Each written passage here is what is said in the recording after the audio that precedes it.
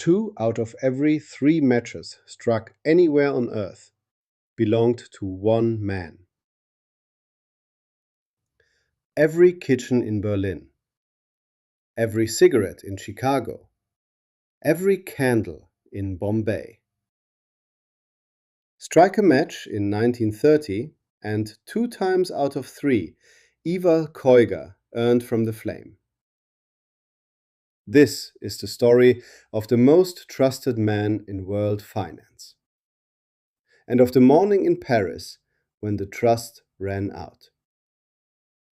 Kreuger was a Swedish engineer, quiet, precise, almost shy.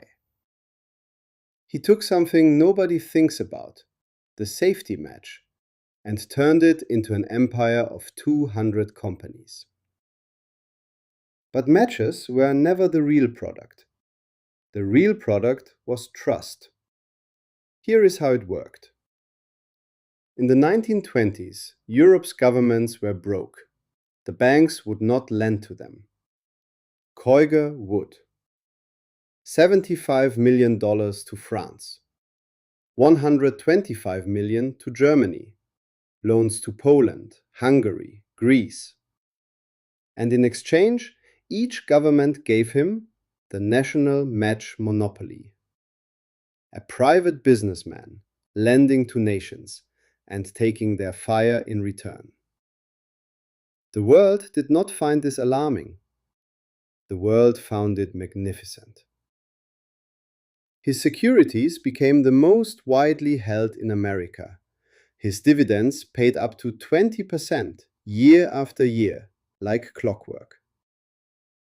The week Wall Street crashed, in October 29, the face on the cover of Time magazine was his. While banks were falling, the Match King stood. He looked like the safest man on earth. So how does the safest man on earth vanish into thin air? Ask a different question first. Where did 20% dividends come from in a world on fire? Not from matches. Matches are a good business. They are not a miracle business. The dividends were paid from the money of new investors. Old investors were paid with new investors' capital, and the books that would have shown it existed inside one head only, his. Auditors were not welcome. Bankers did not insist. Why would they? You do not audit the man who bails out governments. Kreuger was once asked for the secret of his success. He gave 3 words: silence, more silence, and even more silence. Then came the Depression. And depressions have one talent. They ask everyone for cash at the same time. The new money stopped coming in. The old promises kept coming due. And the quiet engineer did something desperate. He printed 42 Italian government bonds. Not bought them, printed them. Forged by hand as collateral worth over $100 million. On some of them, the signatures were misspelled. In March of 32, his bankers summoned him to Paris. There were questions now, questions with numbers in them. The meeting was set for the afternoon of March 12th. That morning, Kreuger bought a pistol. He lay down on his bed, fully dressed, and the meeting never took place. The death was ruled a suicide. The silence, at last, was total. What happened next is why anyone still says his name. The auditors he had kept out all his life finally walked in.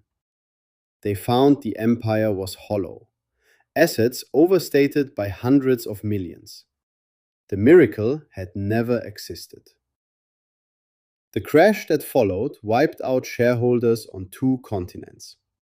In Sweden, small savers lost everything. They had trusted him like a second national bank.